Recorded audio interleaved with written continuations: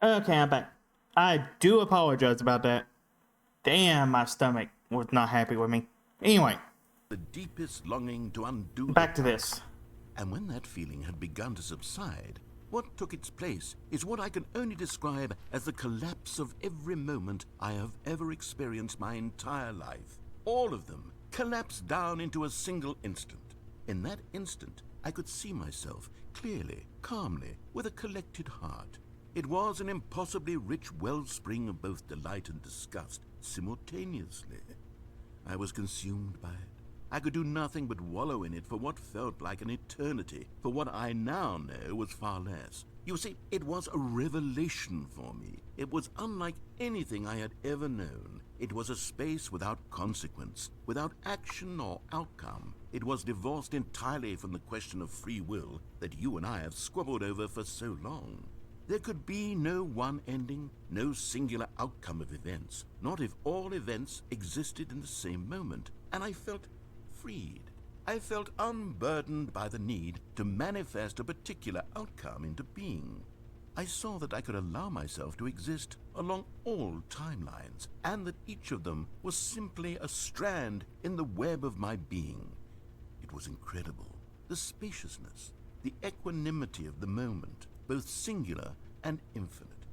For the longest time, this was my experience. And then this moment passed, and the most unyielding fear I have ever known crept into my mind. And it is this sensation that I have been experiencing now for longer than I could have ever expected was possible. I have been waiting for you. Not that you might save me or do something to fix it, but merely to state for you the plain fact of this manner of existence. I wish you to feel afraid as I do, that perhaps one day this state of mind will consume you as well. Perhaps you will somehow, in some way, have to live as I do now, and I wish for you to know how excruciating it is, and for you to be in true terror of its eventual arrival. If I can only do this, only this one thing, perhaps it will bring me the smallest moment of peace in the darkness.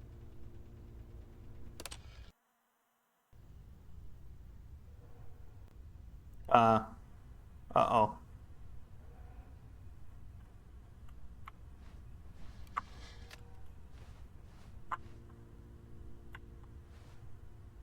Um.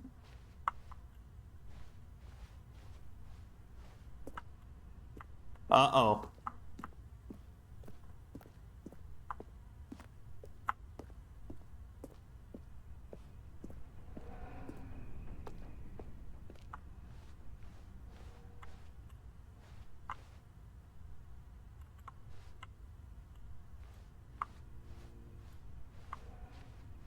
Um.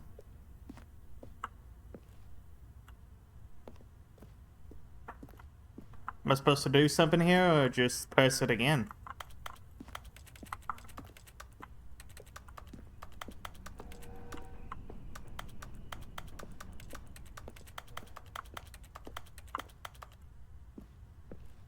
I'm assuming just press it again.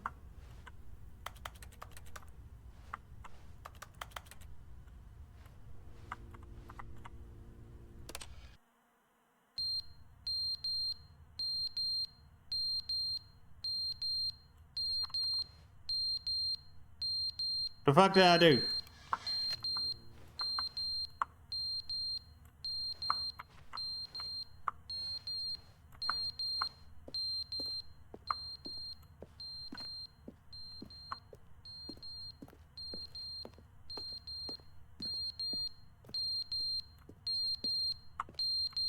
It's that thing.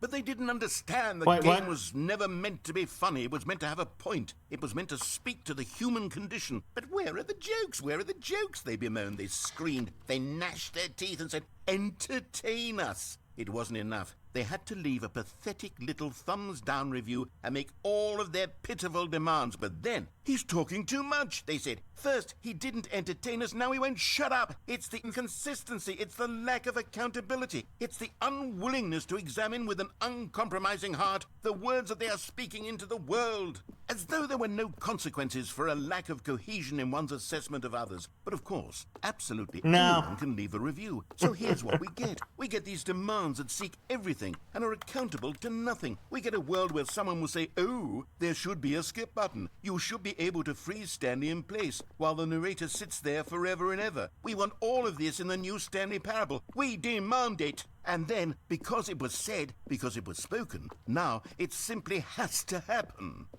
The most immediate desires, every single thing demanded by every person at every moment in time. If someone wants it, then it's a crime not to bring it into being. Have we been given to indulging every fleeting whim for no reason other than to do so? Yes! Yes! It seems that this is now the world we live in. It seems that we are a people living in such bleakness and discomfort with ourselves that our entertainment is now our lives. It has come to represent us. It absolutely must speak to who we are as people, because otherwise, without our entertainment, we have nothing. Without entertainment, we would have to face inward toward the cruel bleakness inside ourselves. We would turn to look at our deeper nature and find a resounding emptiness gazing back with unyielding aggression. And so because of this, we require that our amusements and our playthings and our flights of fancy be so impossibly captivating that they consume all of our attention, turn our heads completely away from the bleakness. In effect, we have demanded that our entertainment be the collapse of ourselves. What a pitiful reflection of humanity these entertainments are. What a shameful mirror to the human spirit they project. I'm not mad. I'm not mad about any of this. I'm at peace with it. I am the calm center of gravity around which these perversions hurl themselves. I am a waypoint for reasonable and collected discourse. They're the ones who are mad. They're the ones who couldn't stand the idea of me using my game to try to say something. Maybe they were just jealous of me. Yes, of course. They've been jealous of me this whole time. They are mired in fear and insecurity and cannot help but attempt to tear me down. What a sad state of affairs. When you read these reviews now, you can see it. You can taste the bitter resentment. And my, how good does it feel now to speak truth to these words, to finally allow these thoughts out, contained and managed for so long, neutered and sterilized. At last I am free to truly think.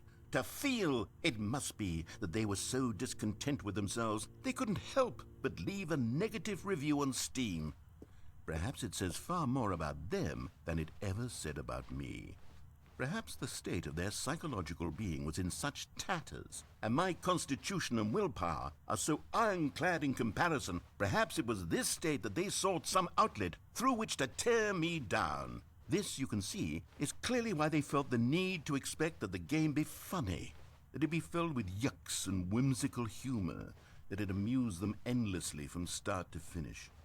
But they didn't understand the game was never meant to be funny. It was meant to have a point. It was meant to speak to the human condition. But where are the jokes? Where are the jokes? They bemoaned, they screamed, they gnashed their teeth and said, entertain us. It wasn't enough. They had to leave a pathetic little thumbs-down review and make all of their pitiful demands. But then, he's talking too much, they said. First, he didn't entertain us, now he won't shut up. It's the inconsistency, it's the lack of accountability, it's the unwillingness to examine with an uncompromising heart the words that they are speaking into the world. As though there were no consequences for a lack of cohesion in one's assessment of others. But of course, absolutely anyone can leave a review. So here's what we get. We get these demands that seek everything and are accountable to nothing. We get a world where someone will say, oh, there should be a skip button. You should be able to freeze Stanley in place while the narrator sits there forever and ever. We want all of this in the new Stanley Parable. We demand it. And then, because it was said, because it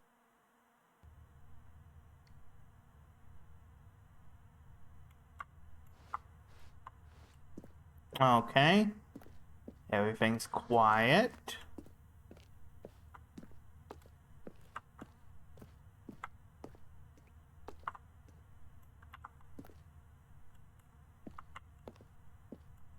Not seeing anything different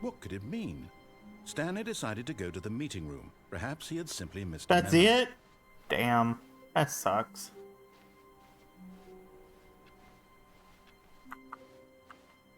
Oh my god, there's more new content! Oh no.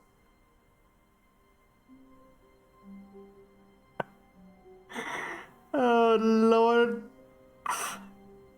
New content. Oh, good. You notice my sign. Yes, I have something very exciting to show you. Oh, do you now? What do we got?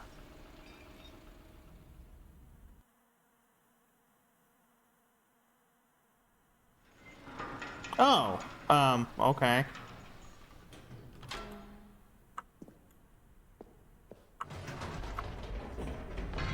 You see, Stanley, I've been reflecting on the Stanley Parable and about how roundly disappointing this ultra deluxe version has turned out to be. The original Stanley Parable was a landmark, and any new content for it should live up to that legacy. So forget this ultra deluxe nonsense. I say we take it one step even further. Which is why I'm very proud to announce for the first time ever, the Stanley Parable Oh no. 2. What the fuck?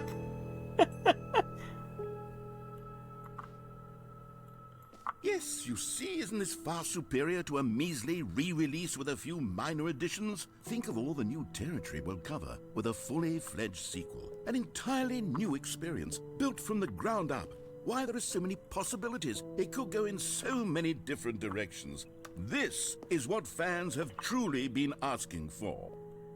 I don't know about that one, Chief. Best of Showcase. Welcome. Okay. Calling it the Stanley Parable 2 is just so much catchier than Ultra Deluxe, don't you think? Ultra Deluxe? What does it even mean? I But thought the so, but Stanley I wasn't Parable sure. 2, now that's an artistic statement right there. It's future-oriented. It screams progress and innovation and long-term franchising potential. No, you can't pick it up. It says testing 2 printers at the same time.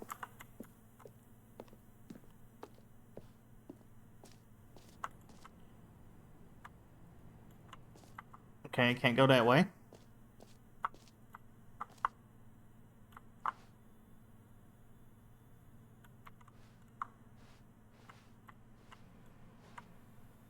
Intriguing.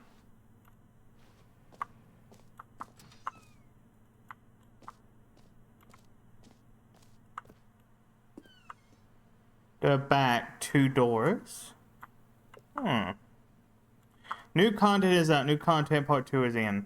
Old busted, new hotness. Cool red section of the chart.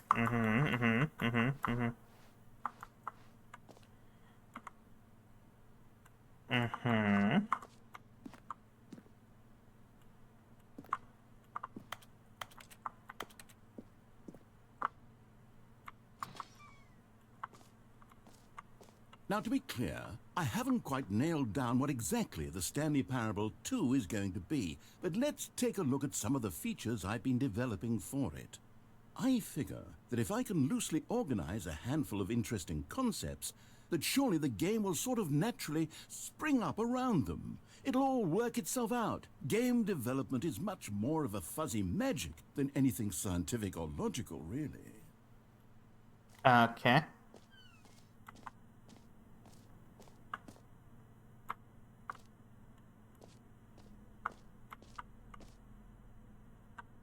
Sequels are good. Portal 2, Half-Life 2, Batman Arkham Asylum 2.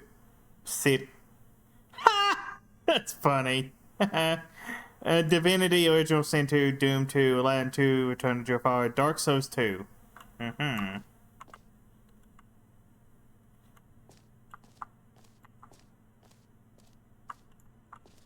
This way to the show floor. Okay. New features. New content.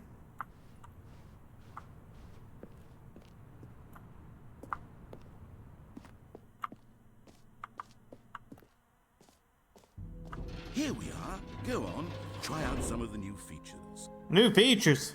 What?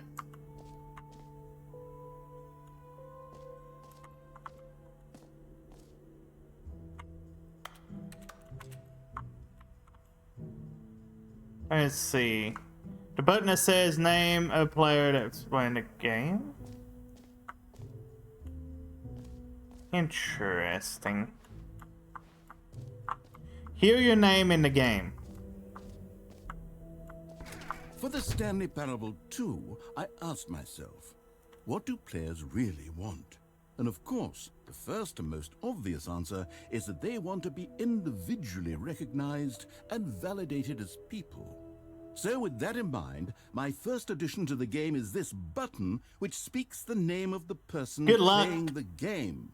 Isn't that wonderful?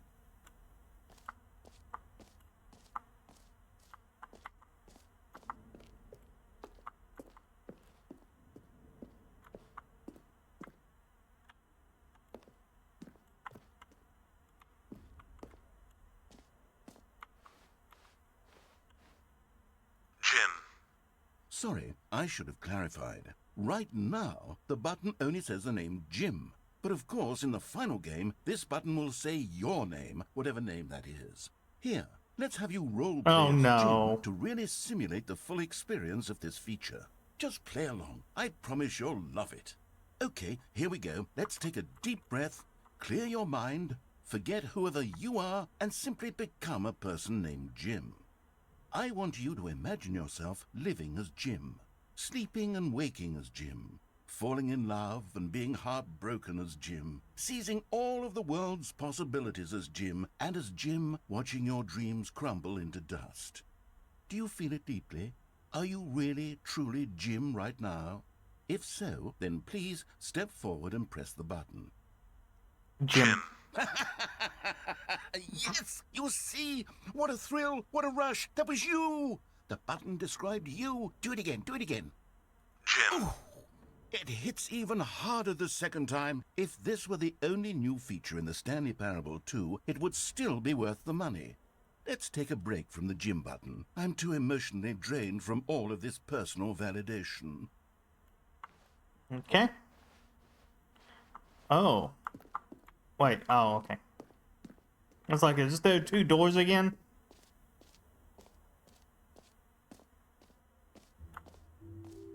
I suppose I could allow only people named Jim to play the Stanley Parable 2. That would actually save me the work of finishing this feature.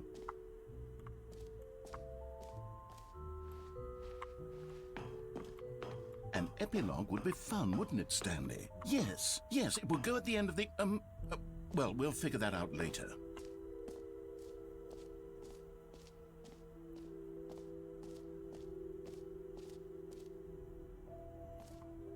Wait. We ain't done here yet, though. Hold on.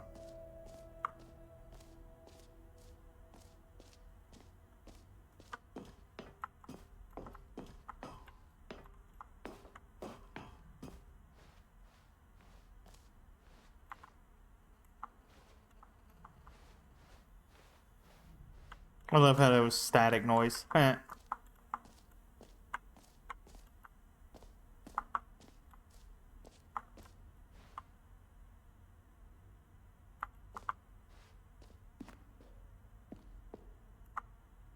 A common complaint of the Stanley Parable was that it was confusing and paradoxical, that it engendered a chaotic sense of reckless despair in those who played it. Well, I'm happy to say that after much consideration, I've engineered a clever solution to this fundamental problem with the game.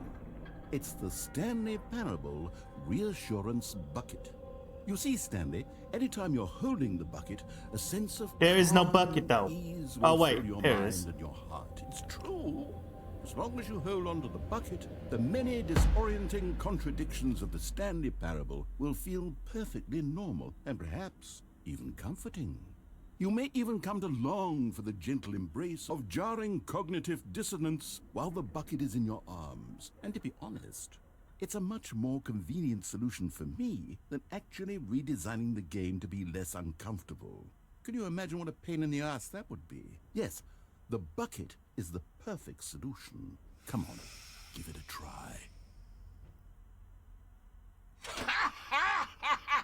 Uh-oh. Can you feel it? The glow of comfort, even in the face of crushing despair, must already be sweeping through your body. And in fact, can I say that I do believe the bucket lends you an air of charisma as well? I think that just holding it has made you the slightest bit more attractive as a person. The benefits of the bucket seem to go on, don't they? All this and more await you in the Stanley Parable 2.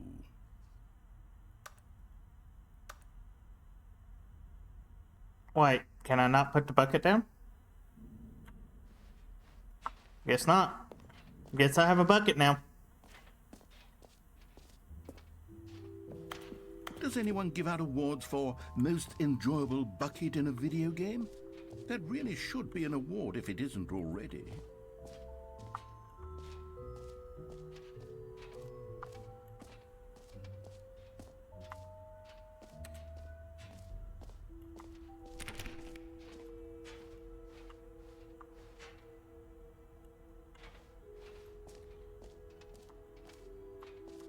That's the exit. Jump circle. Oh god. Oh no. Oh no. Can you find him? Can you find him? Collect them all. Ah, collectibles. Now it's a I real can't see video anything. game. In the Stanley Parable 2, you'll run around gathering up these miniature Stanley figurines. And what's truly innovative is that there will be no reward for collecting all of them. I don't want to stifle the intrinsic joy of watching a number go up. You simply collect all of them, and then you move the hell on with your unremarkable life.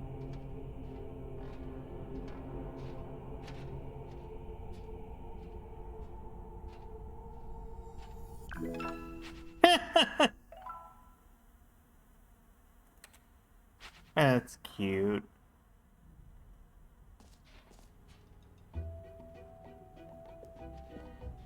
God, it really is the worst when you collect everything in a video game and then they give you a big fancy reward for it. Absolutely tragic.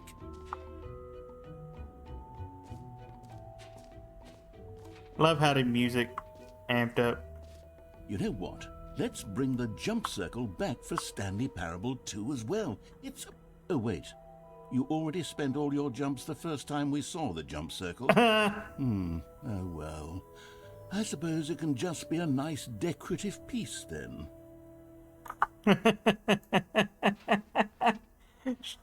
Sad.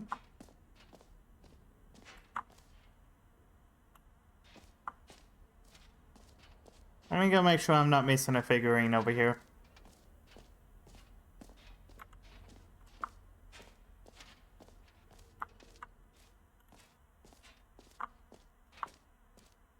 The fact that I fucking still have this bucket. Nope, no figurine.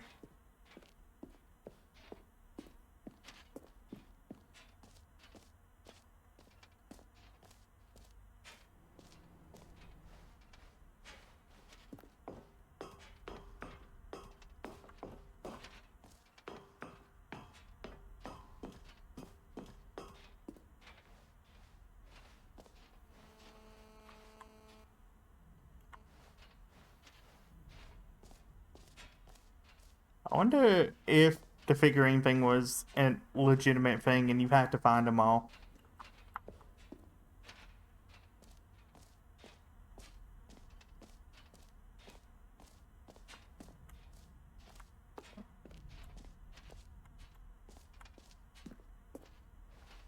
Can I put this damn bucket down? Nope. Alright.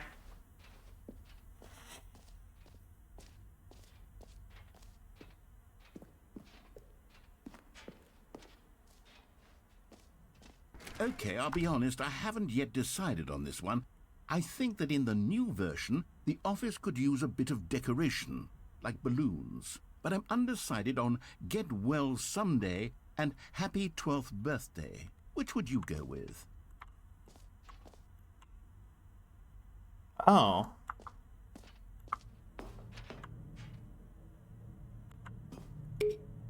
You know, Sometimes when you solicit another person's opinion, it makes you realize Ha! that you knew Step which one you niece. actually really wanted all along.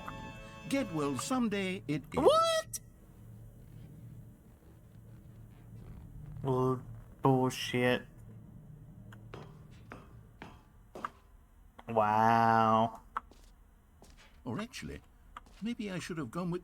No. No, I've made my decision. We're moving on.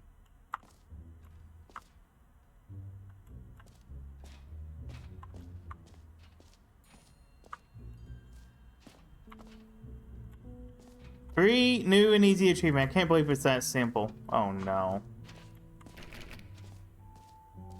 Let's see. Pull the lever, receive your new achievement. No more steps. It works. Get your...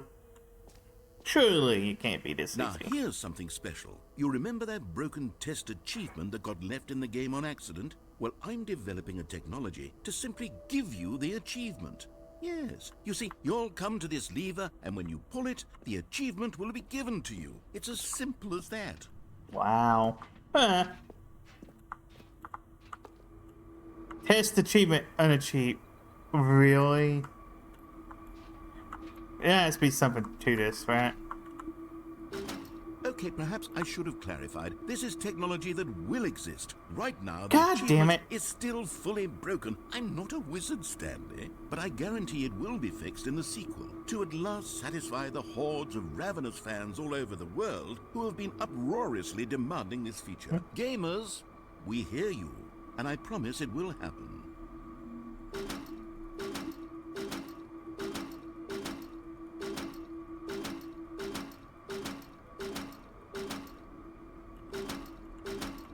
Damn it.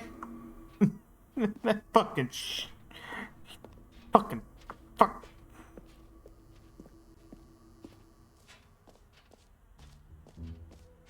What else? What other exhibits haven't we seen yet?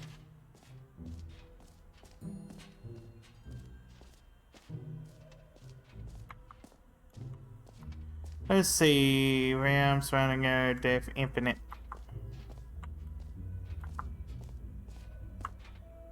Stanley, here's an idea that I'm truly fond of. It's never been done before in a video game. This is in fact a hole that you can fall down forever. That's right. Infinite falling. You can fall until the end of time if you like. A stunning leap forward for video games as a medium. Uh-huh.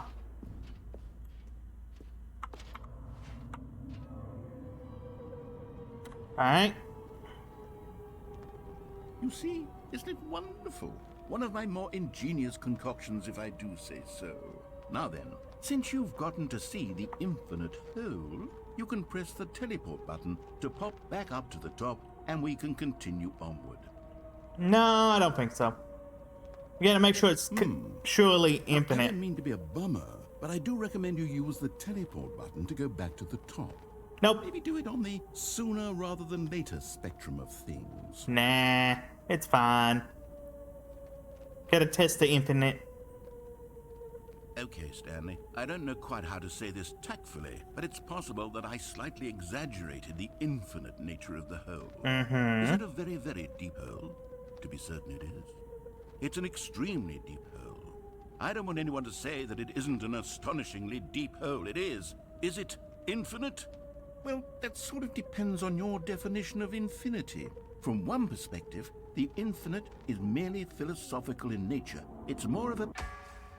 Okay, well, good for you. You found the bottom of the hole. You found me out, Stanley. I'm a liar and a cheat, and you're so clever.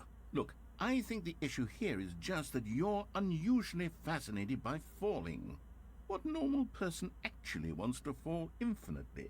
I figured the hole was as deep as anyone would actually need. Don't you put this on me. Maybe you're the problem.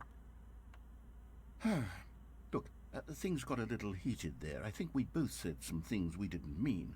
Why don't we just put all this behind us and agree to just call the hole mostly infinite? If that works for you, then go ahead and press the teleport button to warp up to the top of the hole and we can move on. I'll just be up here when you're ready. I wonder if how long I can wait until he says something.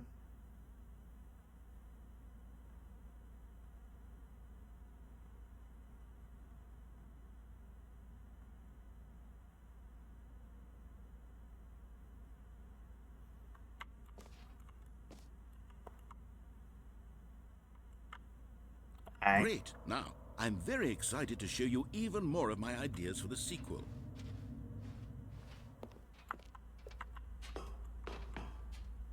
Mostly infinite hole. Ha! Look how he changed it.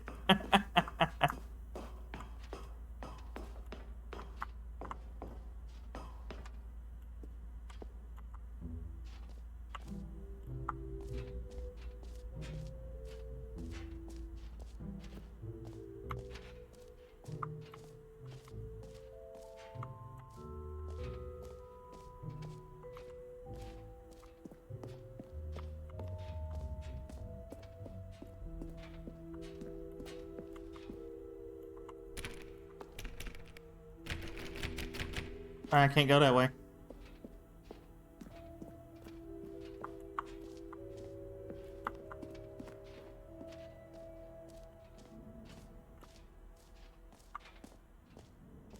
I guess we're done here.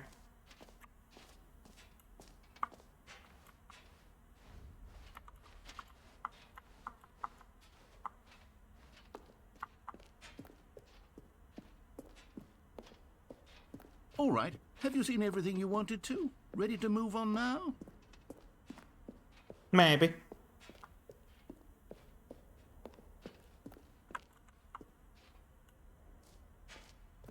So, Stanley, what do you think? Do you like all of the new features? Yes, I know it's not exactly clear yet how exactly these features will come together as one single coherent video game, but I can feel it in my soul. It's going to work. There's definitely a good game in there somewhere. Say, let's do an experiment. I'll arrange these new features together, Oh, and no. we'll see whether or not it coheres into a meaningful gameplay experience. Okay. Are you ready? Here it is. I give you the Stanley Parable 2.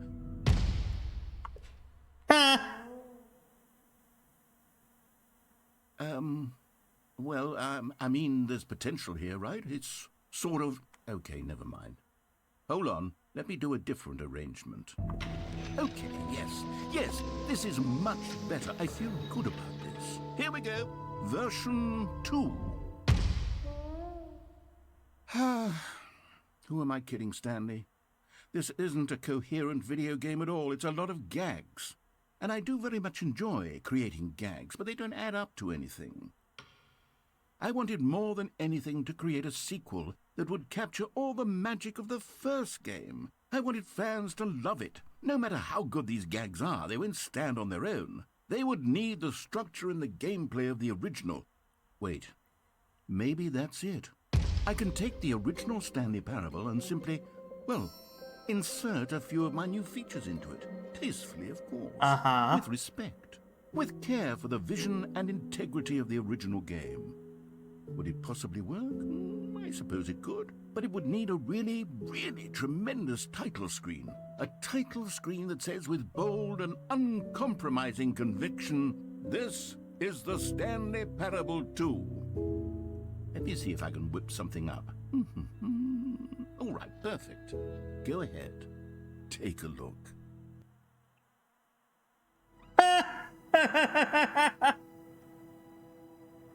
Oh my. That's actually pretty good, can't complain.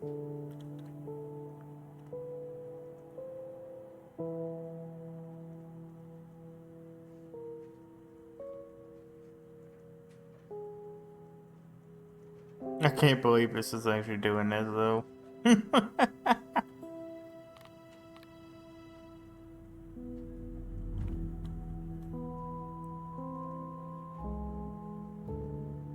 What's next?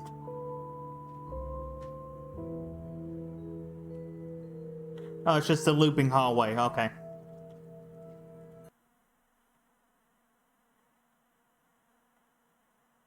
This is the story of a man named Stanley. Stanley... Oh, now we have balloons everywhere. All of his co-workers were gone. What could it mean? Stanley decided to go to the meeting room. Perhaps he had simply missed a memo. Oh, the bucket. Stanley picked up the bucket. Yes, yes, I did.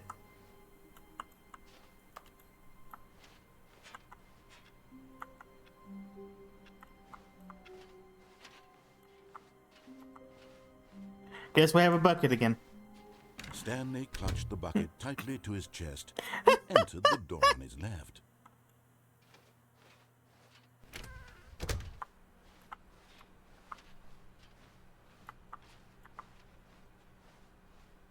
Still no one was here.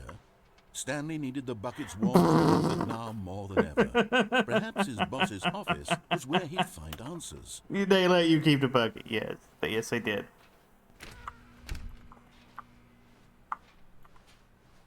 Coming to a staircase, Stanley and the bucket walked upstairs to the boss's office.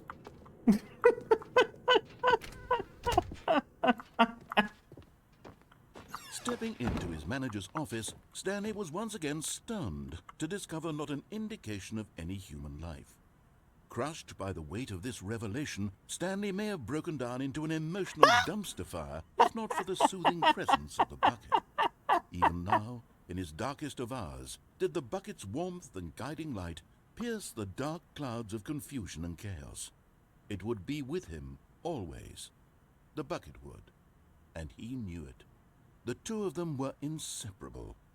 At this point, Stanley was so absorbed in the tender spiritual connection he shared with the bucket that he didn't notice the keypad behind the boss's Oh, I didn't desk. notice it, okay. Nor in his bliss of simply being near the bucket did he have any notion that the PIN number for the keypad was 2845.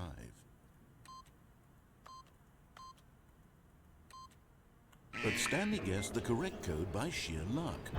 Was it that the bucket knew I swear. Was the bucket guiding him? Yes, this is certainly the most logical explanation.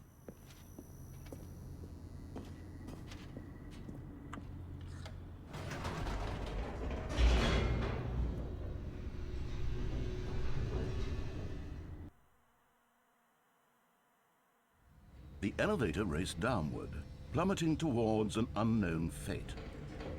It would be all Stanley could do to keep himself together, if not for the bucket. Soothing him, comforting him, reassuring that in this darkest moment of uncertainty, he would be all right. The bucket is here for you, Stanley. Everything will be fine.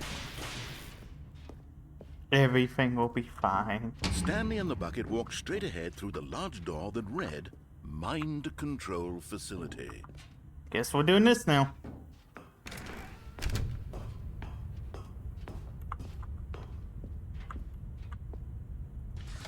The lights rose on an enormous room packed with television screens. What horrible secret did this place hold? Stanley and the bucket both wondered to themselves.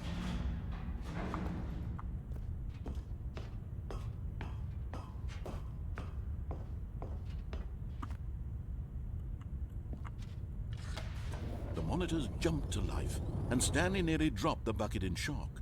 Everyone in the office was being videotaped, monitored like guinea pigs. The bucket had never seen anything like this, and it very nearly burst into tears as Stanley cradled it gently, reassuring it that everything would be fine.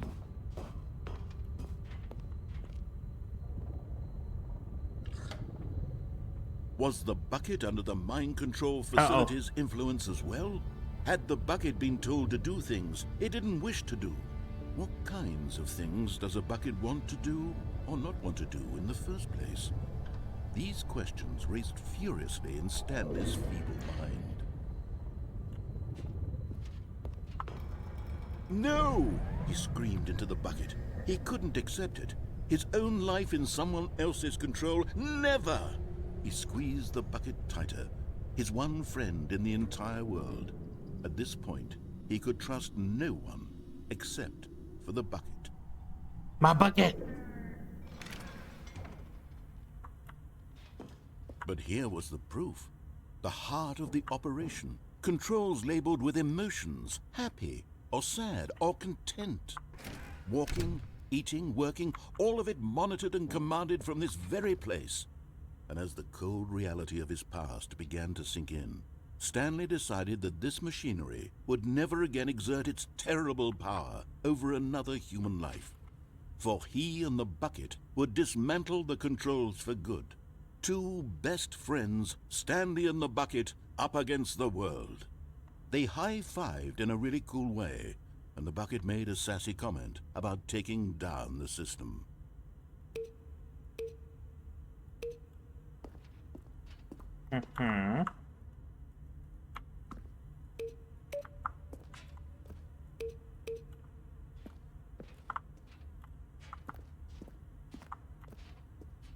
Intriguing.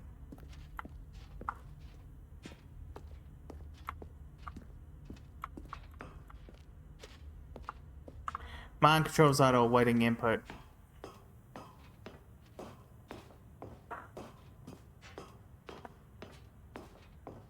When at last they came to the source of the room's power, Stanley and the bucket knew it was their obligation to put an end to this horrible place and to everything it stood for.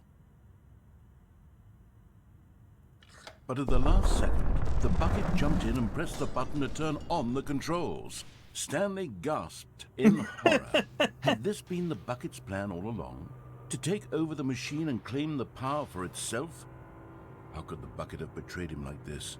Stanley was prepared to throw the bucket away in disgust when suddenly an image appeared upon the enormous screen. Oh. Birds. Birds. Silly birds. Birds. The control buttons became active again. Oh.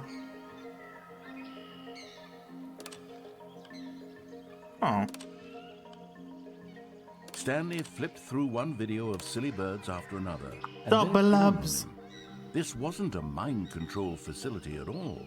It was a facility for monitoring and surveilling silly birds all over the world.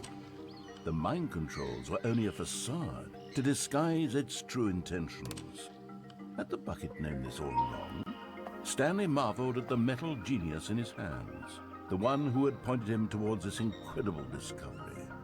Stanley and the bucket never found freedom because they spent the rest of their lives here in this place, flipping through live streams of the silliest birds imaginable. Of all the possible paths his life could have taken, this one was surely the best. And Stanley was happy.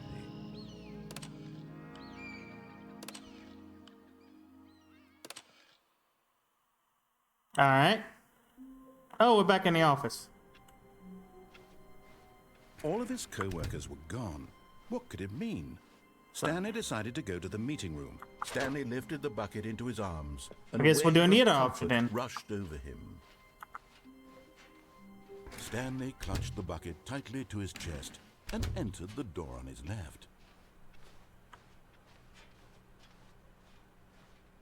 Still no one was here. Stanley needed the bucket's warmth and comfort now more than ever. Perhaps his boss's office. Coming to a staircase, Stanley and the bucket walked upstairs to the boss's office.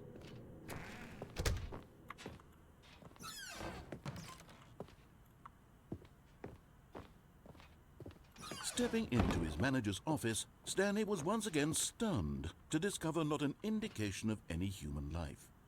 Crushed by the weight of this revelation, Stanley may have broken down into an emotional dumpster fire if not for the soothing presence of the bucket.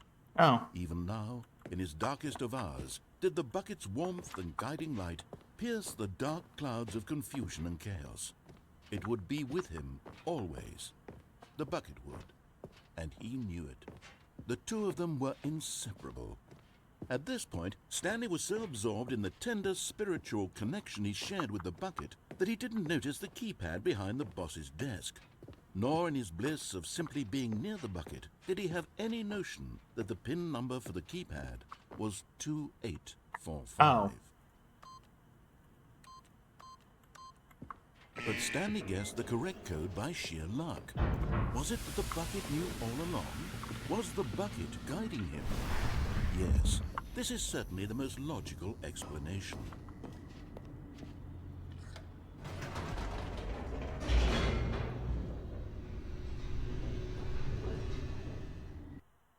All right. Come on. Let's go. Stanley and the bucket walked straight ahead through the large door that read, Mind Control Facility. Yep. The lights rose on an enormous room packed with television screens.